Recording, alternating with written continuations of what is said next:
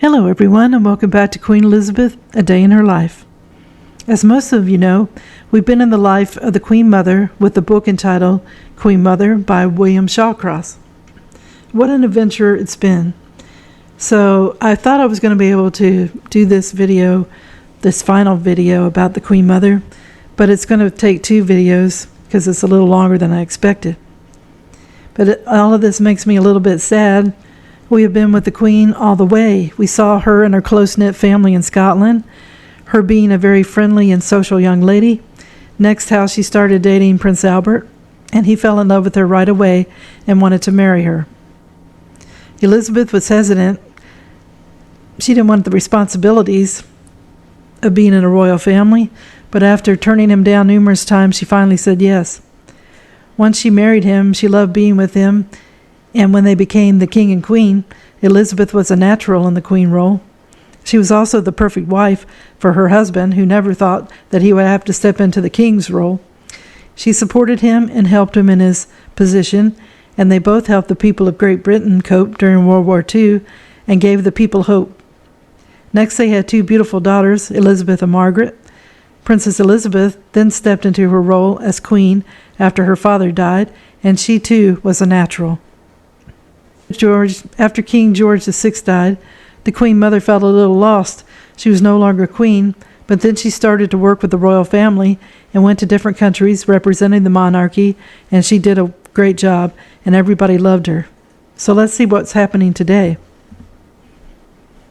On July 29th, Queen Elizabeth went to Ascot for the King George VI and Queen Elizabeth Diamond Stakes. As she drove down the course, children paraded wearing the colors of previous winners of the race, and the band played Happy Birthday. Congratulations poured in. One was a heartfelt letter from Queen Fiola of Belgium, widow of King Baudouin, who praised your generous gestures, your unique hats and striking dresses, together with your ever-present and welcoming smile. Vladimir Putin, the Russian president, recalled her wartime concern for the people of Stalingrad.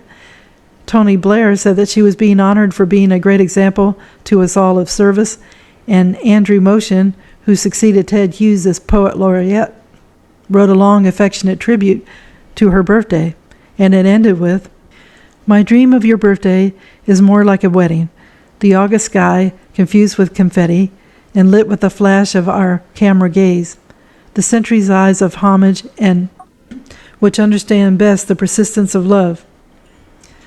On the morning of her actual birthday, August the 4th, her long-serving page, Reginald Wilcock, brought her morning tea tray to her study as usual. On it was a silver cream jug, a birthday present from her staff.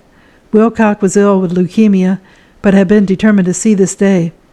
That evening he was taken to the hospital, and within a few days he was dead. Queen Elizabeth wrote a tender letter to his partner and friend, William Talon, who, like Wilcock, had served her lovingly since the 1950s. After her traditional appearance at the gates of Clarence House and the opening of the telegram from the Queen, came the carriage ride to Buckingham Palace with Prince Charles. She had been nervous about this, fearing that she might have to drive up an empty mall. Sitting at Clarence House, she still seemed reluctant for some reason. In the end, Prince Charles gave her his arm and said, "Come on, Granny. Remember Hitler said you were the most dangerous woman in Europe." They laughed together and set off in her four-wheel, horse-drawn carriage. And to her relief, the large crowds in the mall cheered enthusiastically, particularly when she came out to the balcony to wave. After lunch with her family, she went to see the team of people recruited to answer all the letters of good wishes that she had received, and in the evening she and the Queen and Princess Margaret went to see the Kirov Ballet perform at Covent Garden. Prince Charles wrote to her, It was in every way a happy day. I will never forget the magical atmosphere that surrounded you with love, devotion, and gratitude for all that you mean to the people." As for Queen Elizabeth herself, she said to one friend that she could not understand what all the fuss was about. "I was just doing my job." Her 101st summer was spent as usual at May and then Birk Hall.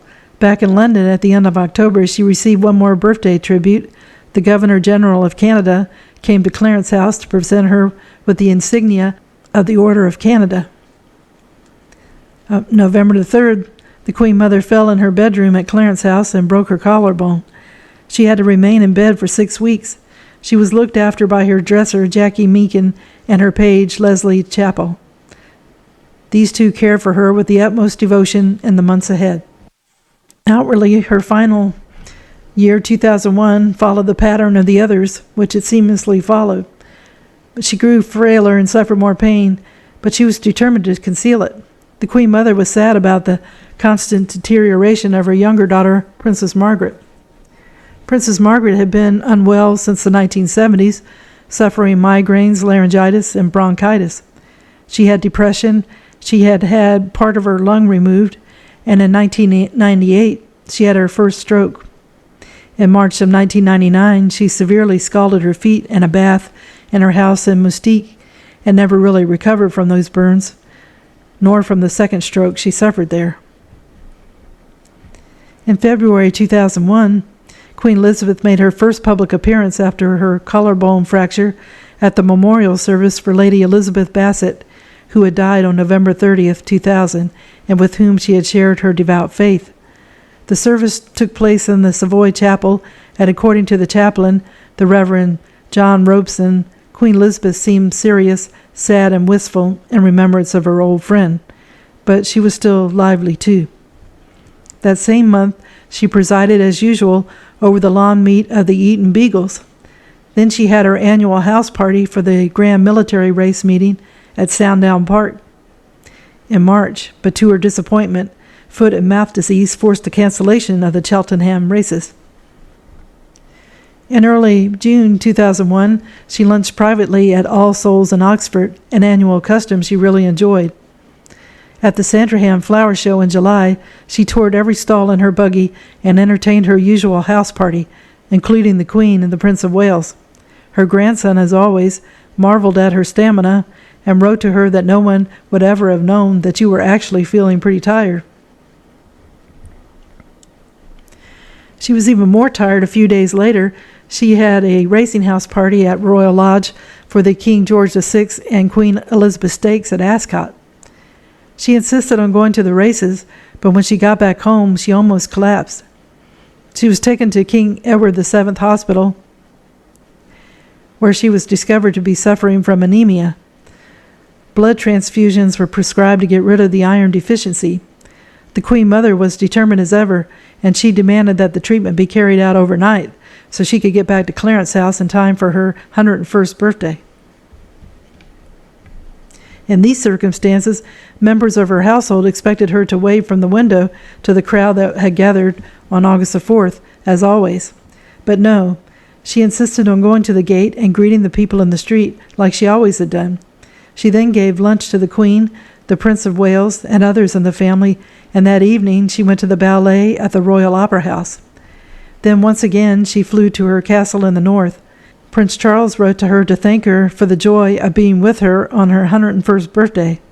It was so wonderful to see your Majesty so transfused and with your iron constitution so comprehensively re-ironed. He thought that evidence of the ironing operation was there for all to see when your Majesty stepped boldly off the airplane. The fact that your dogs were carried down the steps reinforced the message about your rude health. So Prince Charles was right, but it was, alas, to be the last summer in her castle. Among the guests were many of those friends who loved her most. There was the familiar merriment, the jokes, the toast to the fiber highs in the air and to the unfavorable below the table, the video evenings, the pervading sense of happiness. In the guest book are photographs of her sitting in the sun and walking in the mist, always clad in her familiar blue hat and coat and tartan skirt. In September, after saying goodbye with her unusual emphasis to her staff, neighbors, and friends at May, she drove south to Balmoral and Burke Hall. And again, as usual, she stopped at lunch at Foulis Castle in Rossshire, the home of Mrs. Timmy Munro, a tradition that had been maintained since 1959. At Burke Hall, she found that the Queen had a stair lift installed for her. Prince Charles wrote to cheer the fact that you now have a former mechanized assistant to ascend the less escalators without your Majesty's feet touching the floor. Thank God for the wonders of science. Her guests, many of them Prince Charles's stalking friends, enjoyed the usual fishing expeditions, picnics, and evening videos. One night there was dancing, and twirling her sticks, she took part in an eightsome reel. She went with Prince Charles to Aberdeen for the unveiling of a statue of a bull for the Northeast Aberdeen Angus breeders, to the pleasure of them all. And one day, the Queen Mother wanted to see her old fishing companion, Charlie Wright, who was now 82 years old. She insisted that she would go to his home rather than asking him to hers. She was driven on a track along the bank of the Dee to the little humpbacked stone bridge, the Brigody, which led across the river to his cottage. There is a photograph of Queen Elizabeth pulling herself on her sticks across the bridge by willpower. She took tea with Wright and his daughter Jane. Then she forced herself back across the bridge to the car. Charlie and Jane Wright were touched by her determination and her courtesy. November 2001, Queen Elizabeth made her customary visit to the Garden of Remembrance at St. Margaret's, Westminster. The Duke of Kent accompanied her, and he was struck by the fact that despite the cold, she spent an hour in the open air, greeting and talking to old soldiers. A few days later, she watched the Remembrance Day parade from a window of the Home Office overlooking Whitehall. On November 22nd, she made an extraordinary trip, another visit to the aircraft carrier HMS Ark Royal, which she launched in 1981 and was now being recommissioned and rededicated after an extensive refit. She flew by helicopter to Portsmouth, landed on the carrier, and was lowered into the ship's great hangar. It was a touching spectacle. 1,200 people were there to greet her and to take part in the rededication service. She summoned the strength to make a short speech, and then, to the pleasure of the audience, she said to Captain David Snelson, "Captain, splice the main brace." Before Christmas, she felt strong enough to give interviews to two authors, one writing a Ph.D. thesis on Dr. Cosmo Lang, Archbishop of Canterbury at the time of the abdication, and the other the biographer of the Grand Duchess Xenia of Russia, who had spent 40 years in exile in Britain and whom Queen Elizabeth had liked. Next, she attended the Middle Temple Family Night dinner on December the 5th, and the next day she went to lunch with the trustees of the Injured Jockeys Fund at the Goring Hotel. She went racing for the last time at Sandown Park on December 9th, and to her great pleasure, she saw her own horse, First Love, win. She delighted the crowd by going to the winner's enclosure to congratulate the jockey. She had 75 winners at Sandown Park over her racing career, more than any other racecourse. She had another fall before Christmas, but as usual, she refused to admit she was in pain. She carried out the engagements to which she had agreed. The last was the staff Christmas party in St. James's Palace. There was about 2,000 people there. She consented to be wheeled around, but whenever she stopped to talk to a group of people, she insisted on standing up out of the chair, and she did this some 20 times. Christmas, it was time with her family at Sandringham.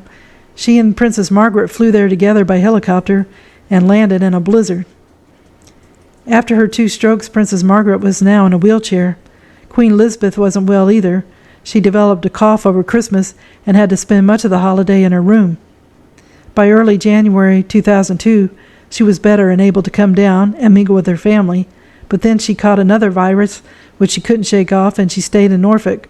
When the Queen returned to Buckingham Palace, Princess Margaret was, as if anything, in worse pain than her mother. She barely spoke.